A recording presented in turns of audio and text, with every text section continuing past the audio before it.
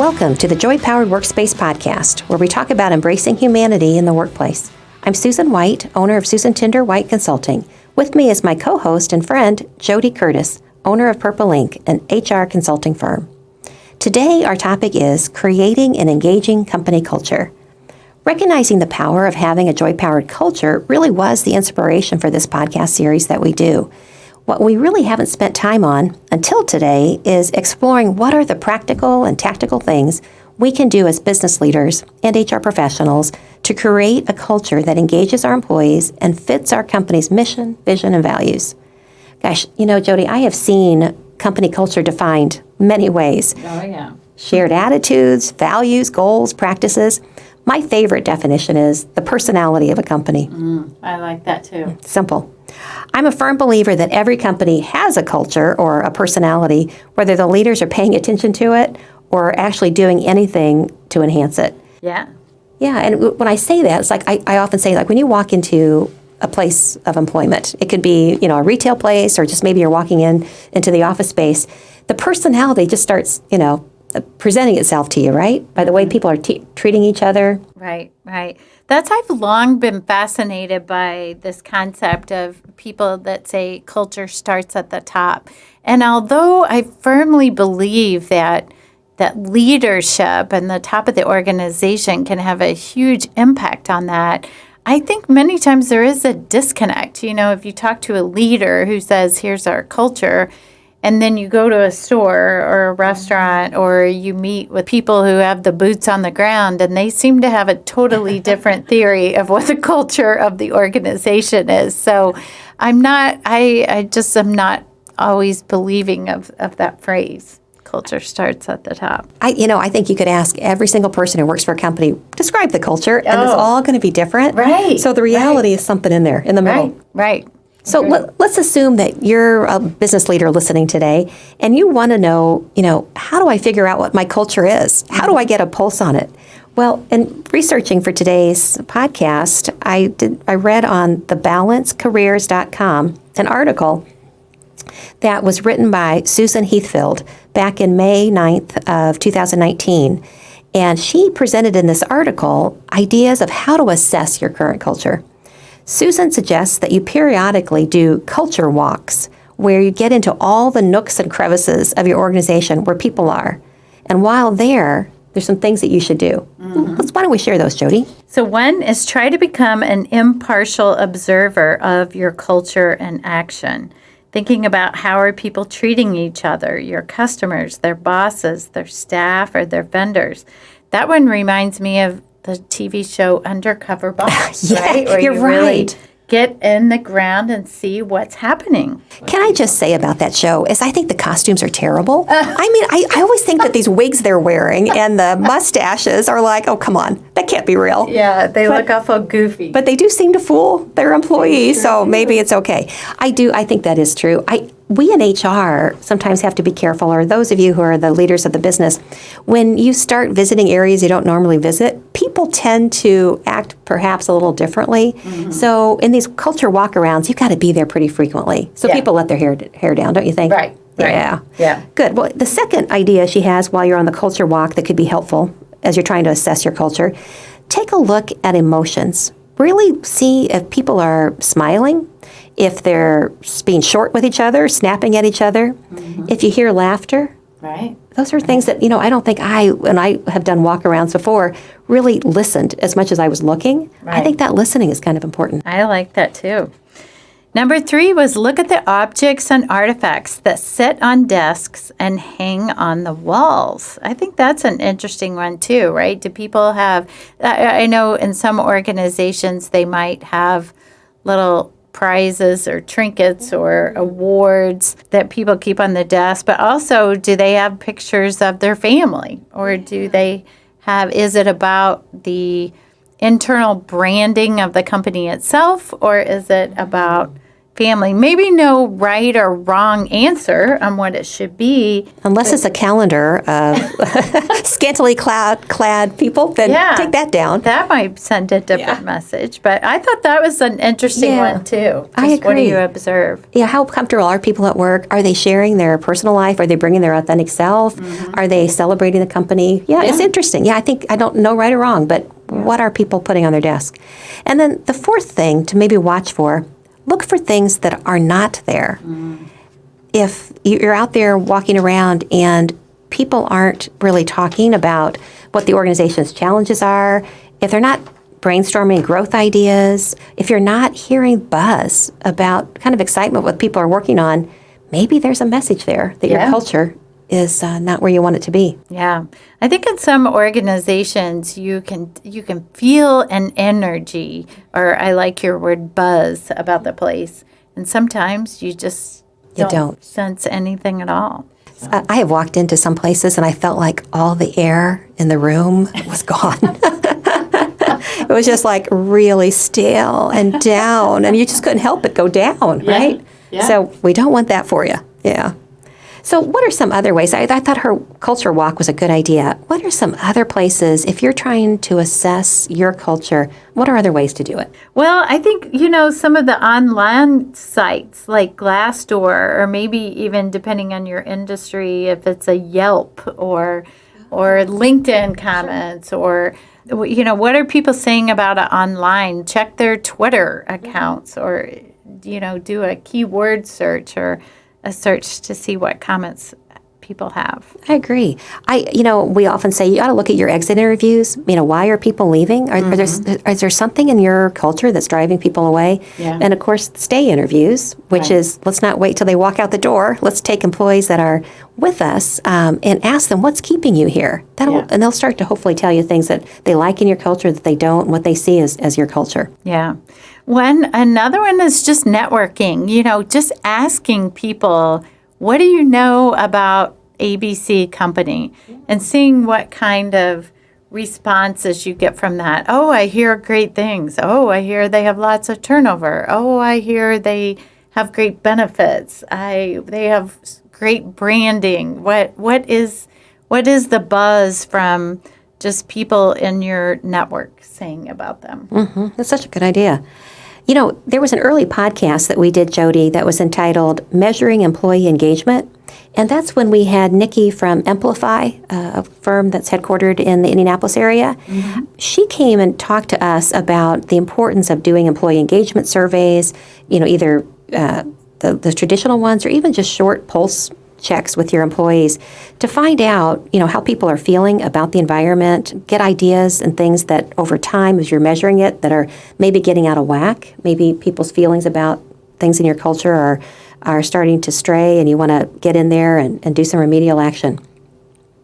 One of the things that Nikki talked about in that podcast, I think is really relevant to this podcast about your culture, is at Amplify, they define an engaged employee as someone who feels comfortable bringing their authentic self to work, having work that you feel that really matters, and finally, having the tools and resources to do your jobs.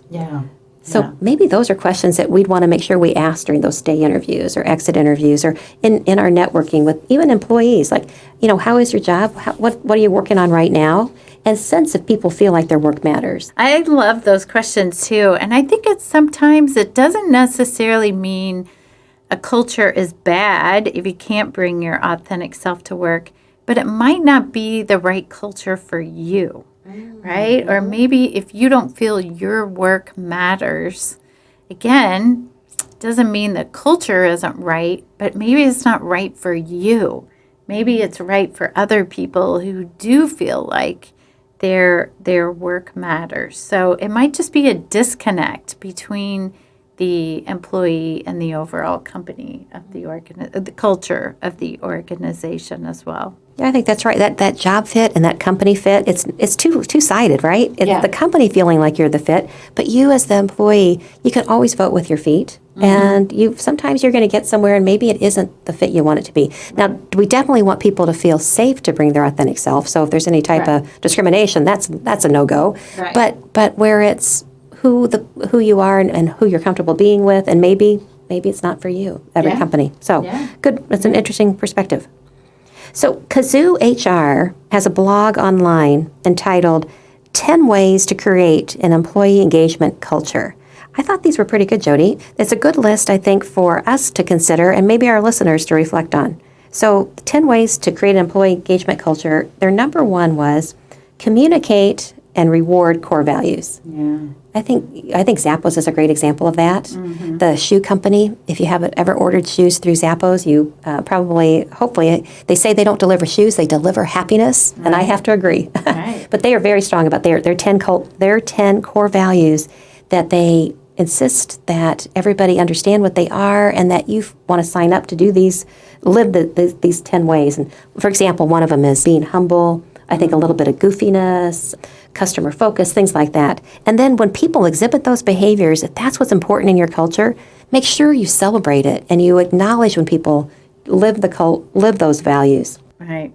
Number 2 is consistent, timely communications. I mean, who doesn't want that one? Right? Yeah, people don't want to be in the dark. Right. People want to know what's happening in their company so they feel engaged and they feel good in that culture. Yeah. Number 3, real-time coaching from a manager. Mm-hmm. Almost every study we look at, employees are hungry to hear, how am I doing? And if they're not doing something right, most employees want to hear, what can I do better? Absolutely. Number 4 is employee development. A lot of that could come from that coaching in number 3, but also are you investing in training or learning, whether it's internally or externally or with opportunities for them to take on different assignments? Mm-hmm. I think people want to grow, and I think they're much more likely to stay in a culture where they feel like they're growing. Yeah. Number 5 on the Kazoo HR blog list was team environment, that people want to feel like they're part of something bigger than themselves. Mm-hmm. So in your culture, if you can promote the fact that you are a team, that very well might create the culture that you want. Yeah. Number 6 is a culture of trust.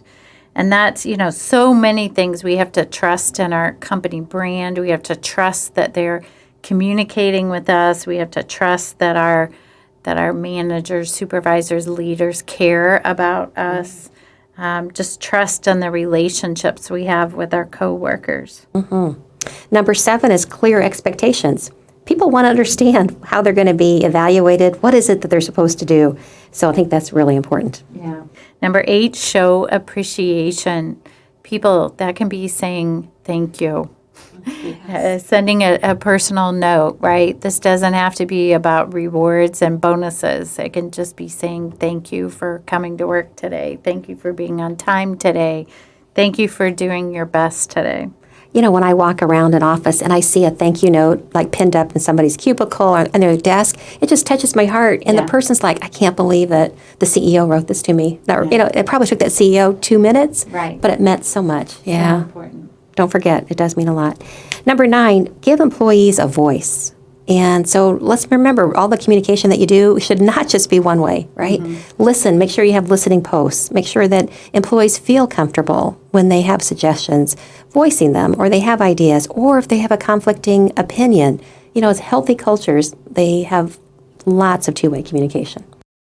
And then number 10, competitive pay and benefits. I mean, that's important to most all of us. And we can't just pay people a lot of money and give them good benefits. That's only one of the 10 answers. And I love the fact it's number 10 on the list, right? It wasn't number 1, it was number 10. Yes.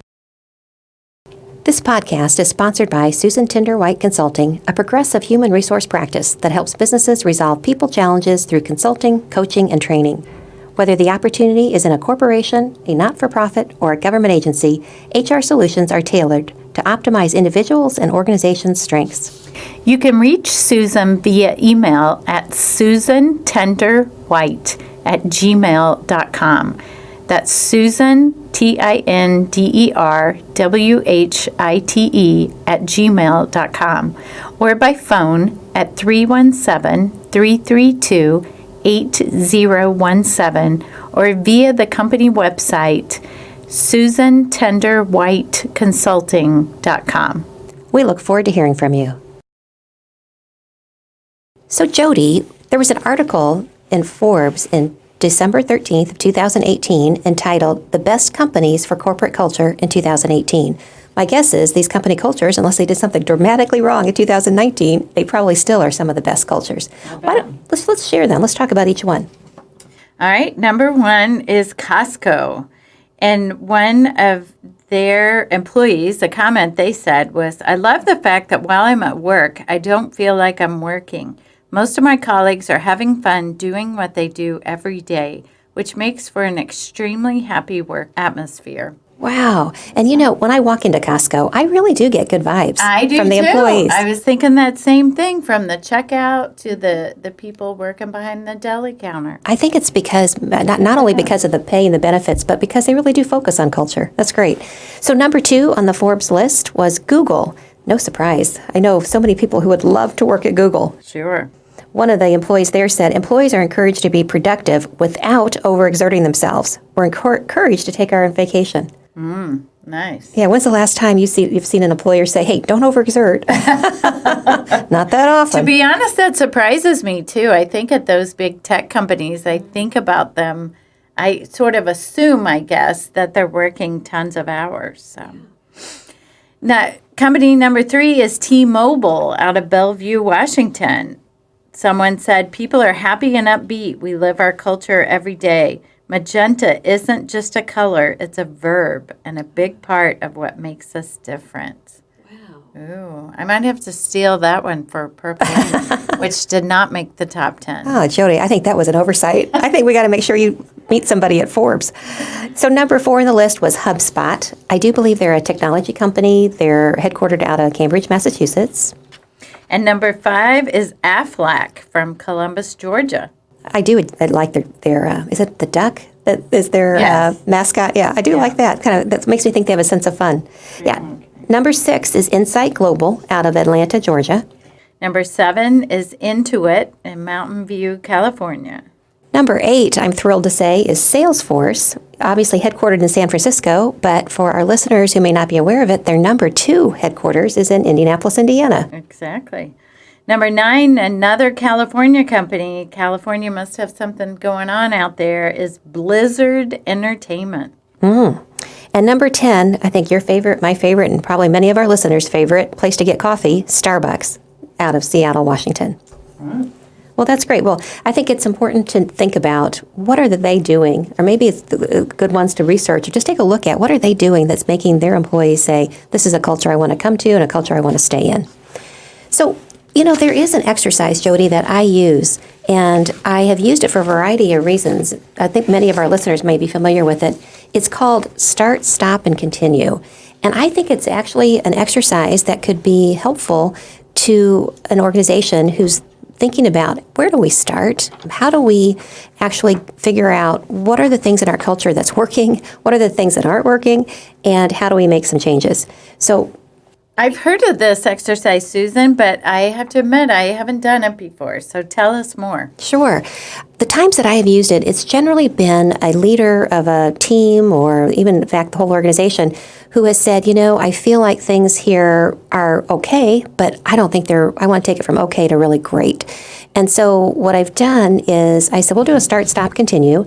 And I have the leader leave the room, not be part of the initial meeting, and I have just the team members there. And what I do is say, we're going to take some time, and I would love as a group to fill as many flip charts or blackboard or whiteboard or whatever you have with things in 3 different iterations. So the first iteration is going to be, what are the things that we really need our leader here to start doing? Or what are the things in our culture that we need to start doing? So we have that things that are not currently present that need to start. So the group will brainstorm. I'll usually scribe for them. Usually there's a lot of really rich dialogue around that. Then we get done with that. That might take, depending on the size of the group, it could take a good 15, 20, 25 minutes. Then we move to stop. What are the things that the leader or this organization needs to stop doing? And honestly, that's usually the dialogue that gets really exciting because people get sometimes worked up about, can you believe after all these years they're still doing X, Y, Z? So Exactly. we come up with a list of stop. And then finally, our last iteration of the exercise is, what are the things that we need to continue doing? And this actually is probably the most reaffirming because they're things that are working well that we want to make sure doesn't leave because they're so integral to this workplace or to this culture. So we do that, and obviously if it takes 20, 25 minutes for each one of those iterations, it's a good hour and a half, hour 15, hour and a half. Then I let the group kind of let go, do whatever they need to do, and I bring the leader in. And I had the leader go through each of those start, stop, and continue lists with me. And I let them kind of digest it. We talk it through. And then I ask the leader, what are the things on the start, the stop, and the continue that you can subscribe to? Sometimes they say, okay, they want us to stop doing card access or they want us to stop doing whatever. We can't stop that. We've got a contract that says XYZ, we're going to do that. Or it's something that the leader says, that's something that is integral, I'm not going to do it. So we spend time. What are the things that you actually can start, you can stop, or you want to continue? And then we'll take as long as I need with that. Then we call the rest of the group back in, and I let the leader facilitate. Here's what you said on start, and here's what I think we can do. Here's what you said on stop. Here's what I think we can do on continue. Usually everybody at that point wants just do a group hug because they're like, yeah, that's really cool here that we do that. We got to continue it. Yeah, I bet you find some things, too, that maybe other people didn't even realize how important things were to other. For example, I don't know, free coffee or weekly meetings, or that some people might think, wow, I didn't realize people love that or hated that. Exactly, right? So. The dialogue is what's really rich about it. Now, I will tell you, there are sometimes in the start that it's something big, and the leader's like, well, gosh, yeah, I would like to do that too, but I'm not really sure how. And so my advice is maybe we put together some action plans from this. We agree that we're going to get together again in a week. Maybe we put together a committee. If there's things, it's not so easy, like start giving free coffee. Maybe it's something like, figuring out an employee activities committee or something. So let's come out of that, and I'm happy to do that when I facilitate, is come up with what are the after the meetings that we're going to do. And then let's make sure we go back to the team and say, revisit that start, stop, and continue 3 months down the road, 6 months down the road, so they know that was really meaningful and we have followed up on what came up. That's a great idea and simple. Yes. Right? Anyone can. So simple. Yeah. Right. Well, I hope some of you listeners do. If you do, we'd love to hear from you and see how it works in your organization. Exactly.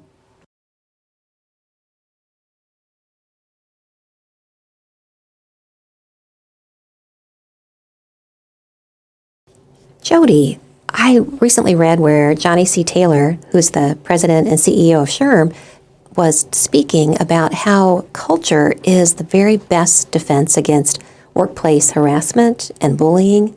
And I think that is really kind of a profound observation. If you have a strong culture, you're not going to tolerate, first of all, nor are employees more likely to have bad attitudes, to bully other people, to actually think they could get away with harassment. Right. And that's a good reason to really for companies to assess what their culture is, right? To understand that, because that can be creating a liability and or creating a cost savings. Not that we want it just for cost savings, but understanding that the power of your culture can drive so many things like that, where people not only do they feel good about coming to work, but they feel safe. Yes. They feel safe in their workspace. So, yeah, and clearly with harassment, which has just gotten so much press over the last couple of years, thanks to the Me Too movement, I think that potential perpetrators do understand that you cannot in the workplace, physically or verbally harass people. I think that's becoming much more prevalent, and people trying to pull things off is really reduced. But I think the whole concept of bullying is really getting to be more popular. I don't know if you're having clients mention it to you, but I certainly have had people say, I think that person is just a jerk. And I think they're an equal opportunity jerk. I mean, they're mean to everybody, but they are just a big bully. And they look for advice on what can we do to help, tame the beast inside them. Yes. Are you seeing that? I have. I've had several conversations, actually, ironically, just in the past few weeks about that concept where and we gotta not be afraid to stand up to that, or to what I say, get people off the bus, right? Yes. Or get people who are trying to sink our boat And we shouldn't tolerate that in our workspaces. And that's always so surprising to me, really, to have so many conversations where people talk about bullies. And my first question is always, what are you doing about it? Right. Yeah. Why are we tolerating that? And I think coming at it from the culture standpoint is absolutely the right way to do it, is to say, the person will say, I'm not doing anything wrong. I expect high performance. That's usually what I hear. It's a boss who says, yeah, I have always demanded, I demand nothing more than I myself would be willing to give, and so on and so forth. I don't ask anyone to do something I wouldn't do. But they come at it in such a way that it doesn't fit in what most of us aspire to have as workplace culture, right? So I think that's a really good way to frame it up with someone and say, okay, what you're doing, I think is crossing that line of what we want to be as a place. We want people coming to work feeling not only safe, but they want to feel confident and comfortable. And yes, we have high expectations, but we don't want people to feel as though they're beaten down. Exactly. Another thing I think that goes along with that I've long been an advocate for, but yet I have to say a lot of books or speakers talk about it in a different format than the way I think of it. And that is, I just cringe sometimes when I hear people say culture starts at the top. I just disagree with that. Now, I do believe that the top of the organization, whether that's the CEO, the owner, the president, the senior leadership team, can certainly have a significant impact on culture. I think it's important for each employee to take responsibility to understand that culture it can start anywhere. And even just in talking about bullies or harassment, right? It's our responsibility to report those things and not just to cringe and say, oh, that's how they are, or they're always a bully, but to be that whistleblower or to be that one who calls them out and says, this is unacceptable in our environment here. I think it was the EEOC, they weighed in when there was all of the issues that were surfacing, I'm going to say sometime in the past decade, on college campuses about, women being harassed and people being taken advantage of and so on and so forth. And they came out with a suggested campaign. I think it was called, It's on Us, or This is Us, It's on Us. I'll look this up. And what was beautiful about it was that everybody has a role. And when people aren't treated well or treated right, or people are abused or bullied or whatever, everybody has a role. So clearly, if you see something, you need to say something. If somebody is hurting, just walking over and saying, hey, listen, I just overheard what so-and-so said to you. How are you feeling? What can I do to assist? And maybe sometimes, depending where you are in the organization, it's going to that person who said it. Certainly if it's a colleague or someone that you feel that you can go to and say, I heard what you just said to JoDee, and it made me uncomfortable. I got to share with you that I would not want to receive that kind of comment. Now, if you're not in the level of the organization where you can say that, right, then going to your manager to say, exactly. Here's something I heard and saw. It didn't happen to me, but I'm not feeling good about it because I know our culture here is important. Right. I think on the flip side, too, even just being one, a regular core employee, sometimes we point fingers to think, oh, we don't have a positive culture in my department because my boss is, slow, or my boss doesn't reward, or my boss or my peers, or where we tend to point fingers at other people, is my point, instead of taking responsibility to be the role model or to set the example. Now, I'll repeat again, yes, it's significantly better if we have those role models at the top. I'm not suggesting it's easy to change culture from the bottom, but I liked what you said, that it's each of our responsibilities to be a part of establishing a positive culture for others, no matter what our role is. Right.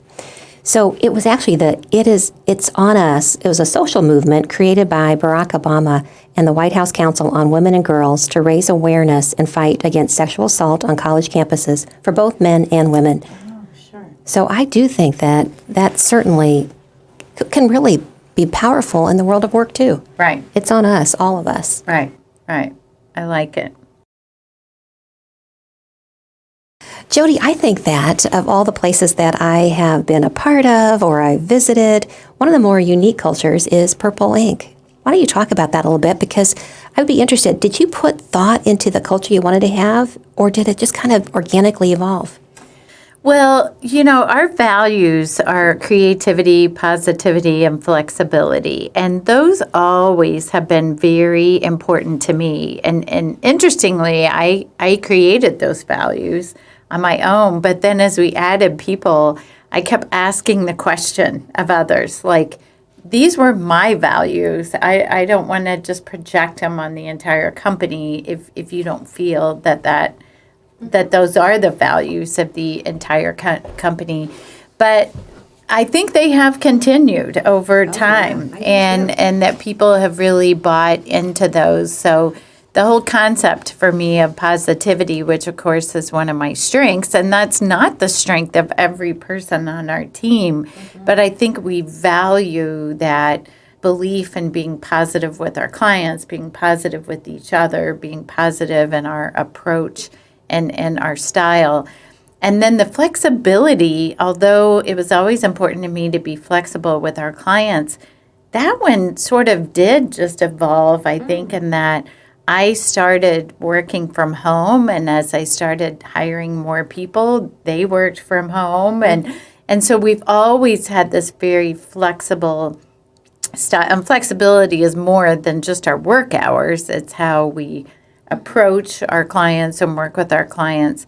But in terms of the remote work and the flexible hours, I did sort of think, as we add more people, maybe we'll get a real office and work 8 to 5 every day. And it never came to fruition. And you don't I realized need to, really. It didn't need to. Right. Yeah, and I thought it might need to. Sure. So it did some of those things that, I wasn't sure that they would stay on forever as we grew. They really have. Are you tired of listening to ads in your podcasts? Listen to some of your favorite shows ad-free with Stitcher Premium, like Conan O'Brien Needs a Friend, My Favorite Murderer, and Science Rules with Bill Nye. You'll also get access to Stitcher Originals, bonus episodes, comedy albums, and more. Stitcher Premium is only $4.99 a month or $34.99 a year. Go to Stitcher.com/premium to sign up today and use the promo code JOYPOWERED for 1 month. That's JOYPOWERED for 1 month free. JoDee, we have a guest today to educate us on this topic. Carrie Frash, former Global Director of Culture at Verizon Media, Yahoo, and DDB Advertising Agency. Carrie is currently lead consultant at the Culture Tribe, who focuses on developing cultural tribes within brands, global companies, startups, and teams of any kind. Carrie has proven she is an innovative and strategic culture and engagement expert, and we are so happy she could join us. Carrie, you're joining us today from LA. Thank you so much. Please. Yes, hello. It's great to virtually be here. Hi. We'd love for you to share with our listeners, Carrie, how you landed as the Global Director of Culture for these huge companies. And really, what did that mean? What were your responsibilities? Sure. So I was recruited from an account management leader role at an advertising agency to lead a culture team at a competing ad agency, DDB, as you mentioned, which was a newly created position for me. So this really catapulted my career in culture and engagement. I was then hired on at Yahoo as the operational lead and chief of staff for the head of employee experience. And as we were acquired, like you said, by Verizon, my role transitioned into the global director of culture at Verizon Media. Wow. How many employees was at Verizon Media when you became the director of culture? 13,000 about. Yep. Wow, nice. Big job. Yes. It was pretty massive. We doubled in size. So Yahoo was about half of that. And then when we were acquired, we doubled to about 13,000. So, Carrie, I lead a team of 13 people, and I'm not sure if I'm doing a very good job of leading culture for that, and you're leading 13,000 people. I'm interested to hear more about your story. It was a lot, but I learned so much, and there were a lot of different responsibilities that were really impactful and rewarding all at the same time. So, overall, my goal was to create culture-focused programs to unify employees and create a culture of collaboration. That was really the goal. So with the acquisition, there was change management, of course, that was a big piece of this. So we, created innovative employee-focused experiences that really utilized technology to help employees learn about and embrace the culture during and after the acquisition. So that was a big part of it. So we actually leveraged virtual reality and augmented reality because we are a tech-focused company. So I feel like that was a really important piece to really bringing the culture to life. And another piece of, the responsibilities were partnering with the internal communications team to really create an employee-focused programs, experiences, events to really help employees learn and develop both professionally and personally. And another piece of that was really developing programs that were catered to educating and utilizing the internal brands to enable employees to be ambassadors of the brands that we had in-house, and really be champions behind the brands. Because during the acquisition, we had employees that had never heard of some of the brands because we had 50 different brands within our house of brands. So It was important to both educate as well as, have the employees use the technology and any of the brands that they were interested in to then share it with their friends and family and really be ambassadors behind it. That does make sense that your culture was, you're trying to get your employees passionate about the products and things that you had to sell so that they could really go out and be the best, sellers of it and communicators of it.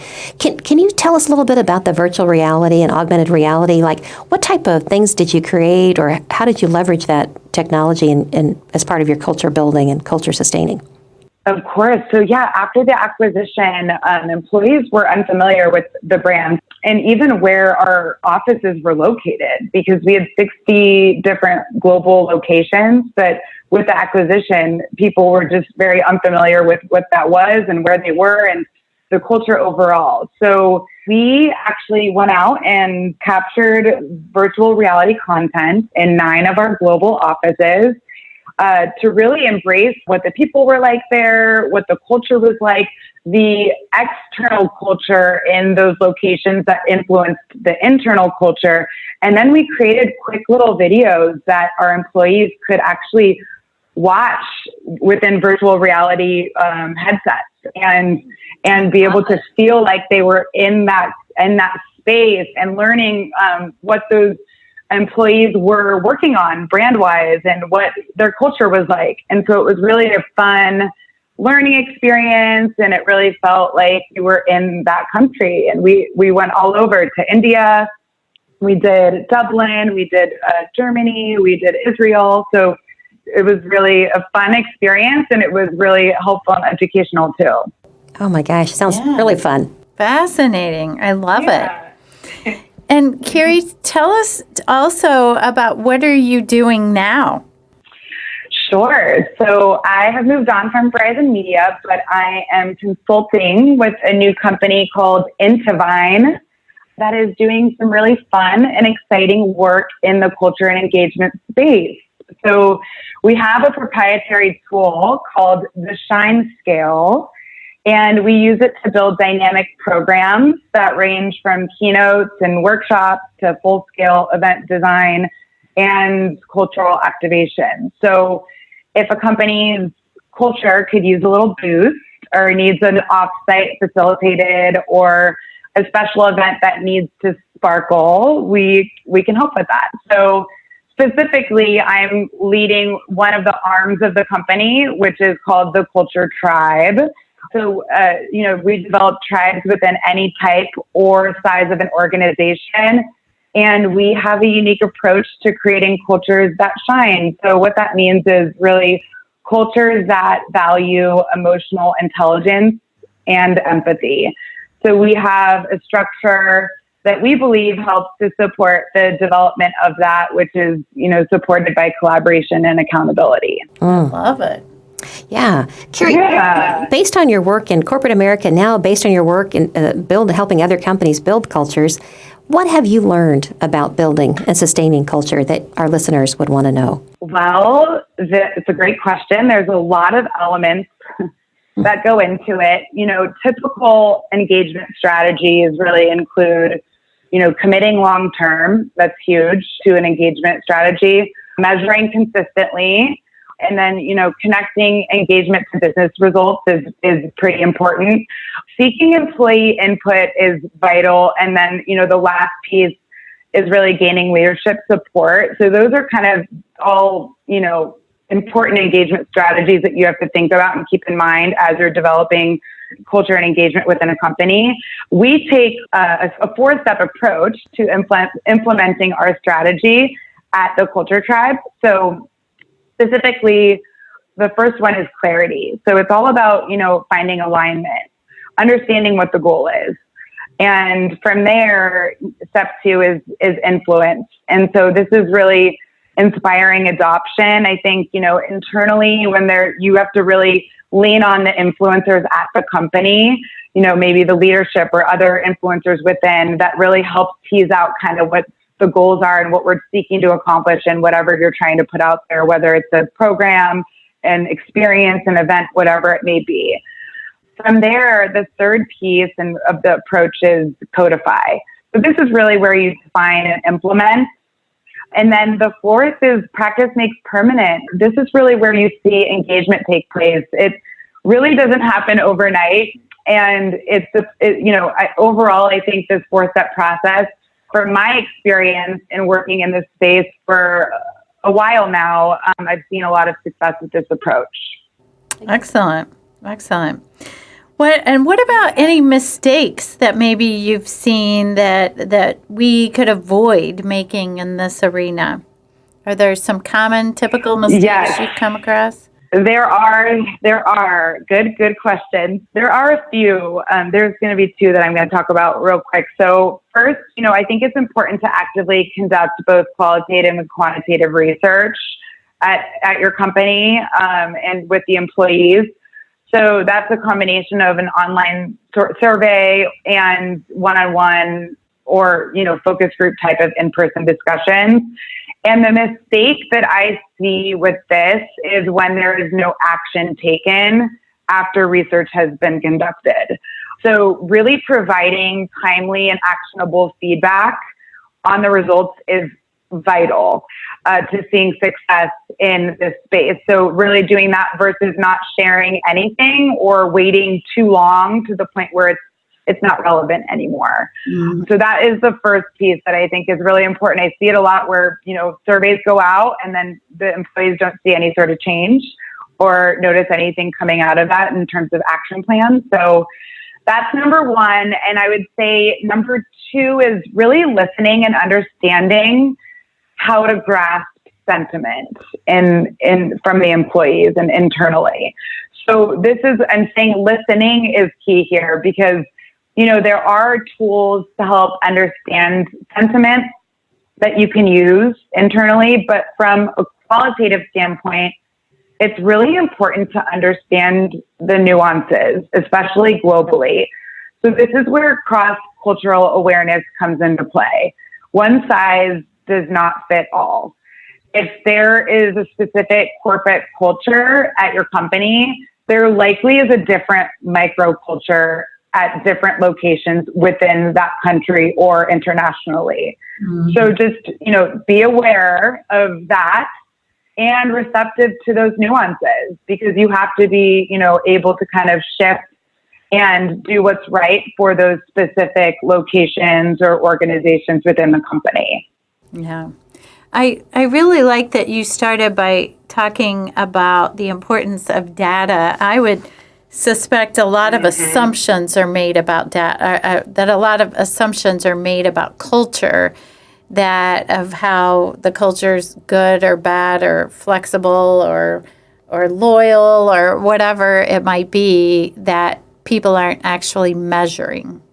Completely. Yeah. I think it's a really good place to start when you're at an organization and you don't really, how are people feeling? You do want to talk to people, face to face and have those conversations, but having the data is crucial to understanding where's your baseline and how, where you can go from there. Mm-hmm. I would think, Carrie, that developing your own employee engagement survey is probably, the best.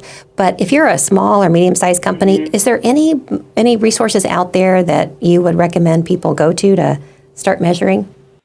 I think every company is different, and that's where this is tough. I think depending on what you're seeking out from an engagement perspective and a culture perspective for your company, it really varies. So, that's where our company can come into play and help advise in terms of what you're looking for and creating specialized surveys for what you're seeking out. I don't really rely on any specific website because I do feel like every company is so different. Sure. And there's just not one blanket place where you can a blanket statement where you can look and say, oh, this will solve all the things. So I think that that's what makes this a little bit interesting, right? So you really have to be creative and dig deep and think about what do we need? What are the goals? And then go from there. No, that's very smart. Yeah. So what other advice do you have for any listener who's really decided that 2020 they're going to tackle their employee engagement? Well, I would just say it's really important as an HR leader to make the business case for investing in employee engagement. So really working with the leadership team at your company and making that business case and making it important that, making it an investment for the company because it really will serve the company well. And then, transparency and clear communication from leadership is key to successful employee engagement based on my experience. So just ensuring that, as an HR leader, you're working really closely with the leadership team to ensure that, there's a lot of transparency and clear communication happening throughout the company internally. Yeah, very good. Carrie, I'm curious what you think about the phrase culture starts at the top. Do you think that's true or not? I do. I really do. If leadership is on board, I see both sides to it, but I really do think that you cannot have a successful culture at a company without the leadership on board. So I do think that the leaders need to lead by example. They believe in a work-life balance, and that will trickle down to the rest of the employee base, and everybody will feel the effects of that. So I really, truly believe that it does start at the top. I think that there are influencers within the company that can help guide it to be a specific way but I do think that overall it starts at the top. Yes.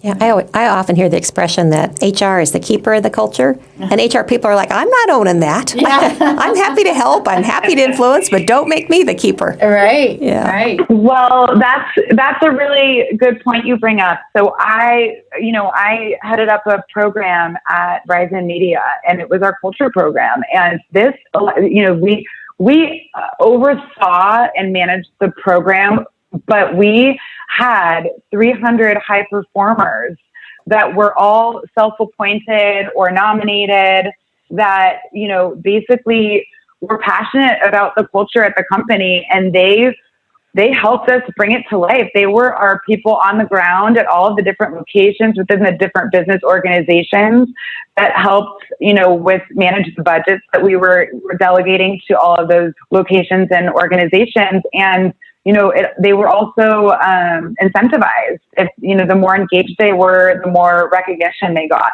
So this was kind of their second job. This wasn't their first job was their job at hand, but they were had approval from their managers to participate in this program. And I do think that it comes from everyone in the organization. It's not just HR. So I think that's another important thing that you mentioned, Susan. Yeah. Thank you. Yeah. So, Carrie, how can our listeners reach you if they have questions or just want to connect with you? Sure. So you can email us directly at info@theculturetribe.com, and I will respond to you. You can also reach out to theculturetribe.com and submit inquiries. And also, I would encourage you to try out the Shine Scale at theshinescale.com and see how you can improve in terms of Shine. And eventually, we look to actually create a Shine Scale for organizations. So that's next on our list, which has something to do with kind of your question around, surveys for organizations. That could be something you could tap into in the future once we develop that. Oh, that's great. Oh my gosh. Yeah, Carrie, thank you. I'm going to try the Shine Scale myself. So Good. very good. Well, Carrie, thank you so much. I really appreciate it, and wish you the very best on the Culture Tribe. Oh, thank you so much. Thanks for having me.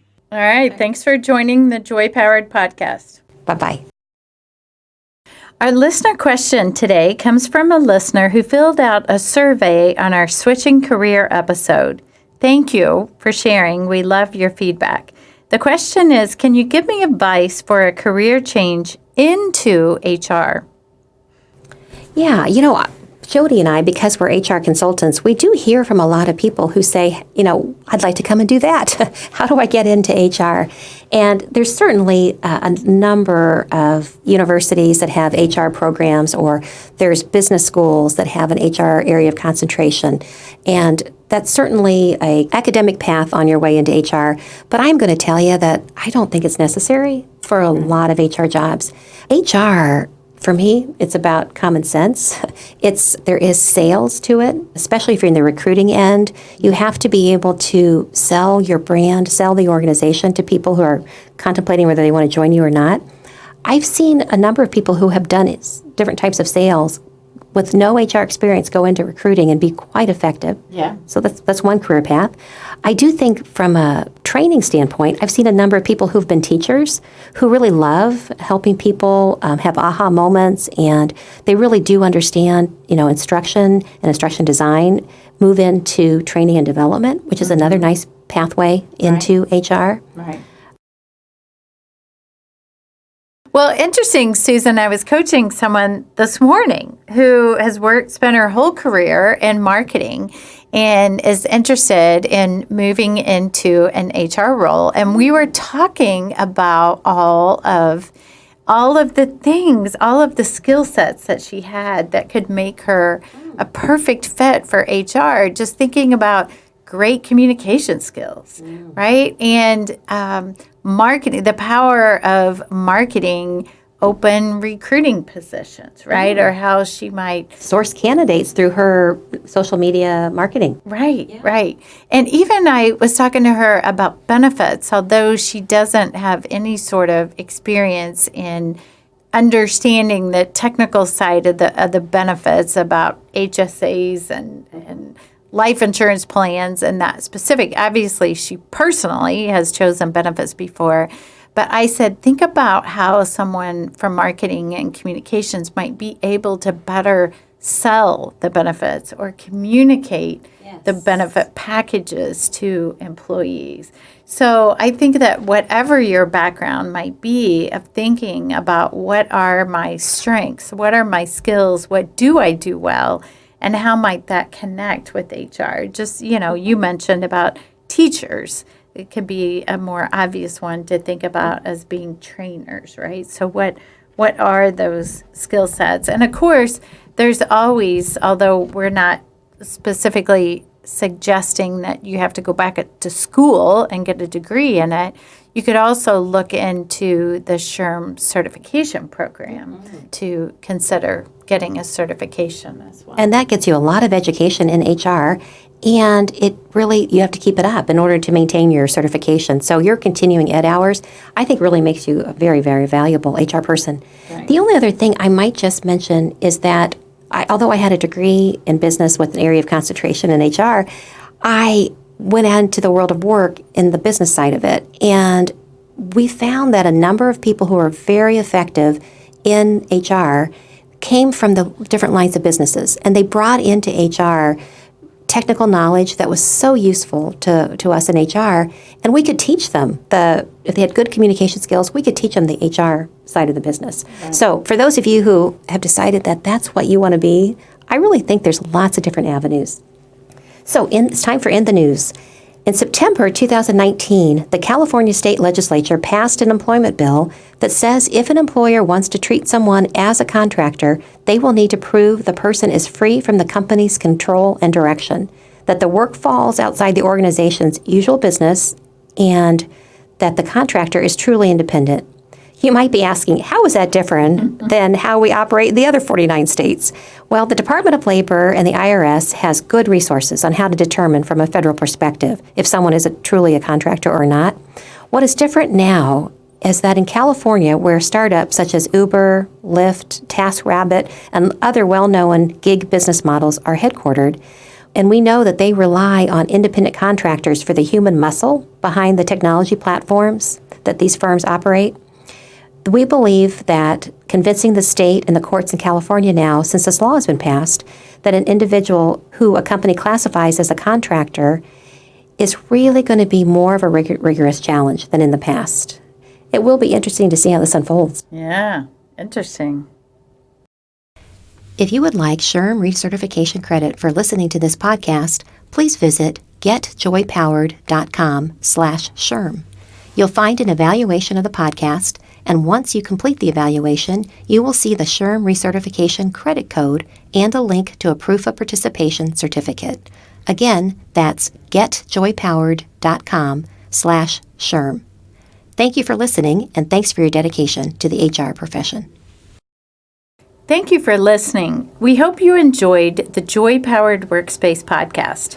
If you like the show, please tell your friends about it and let us know what you think of our podcast by rating and reviewing us on Apple Podcasts. It helps new people find our show. The Joy Powered Workspace podcast can be found on Apple Podcasts, Spotify, Stitcher, or wherever you listen to podcasts. You can learn more about Joy Powered and find our books and blogs at getjoypowered.com. We're at Joy Powered on Facebook, LinkedIn, Instagram, and Twitter. Sign up for our monthly email newsletter at getjoypowered.com/newsletter. If you have comments, suggestions, or questions about anything related to business or HR, you can leave us a voicemail at 317-688-1613 or email us at joypowered@gmail.com. We hope you tune in next time. Make it a joy-powered day.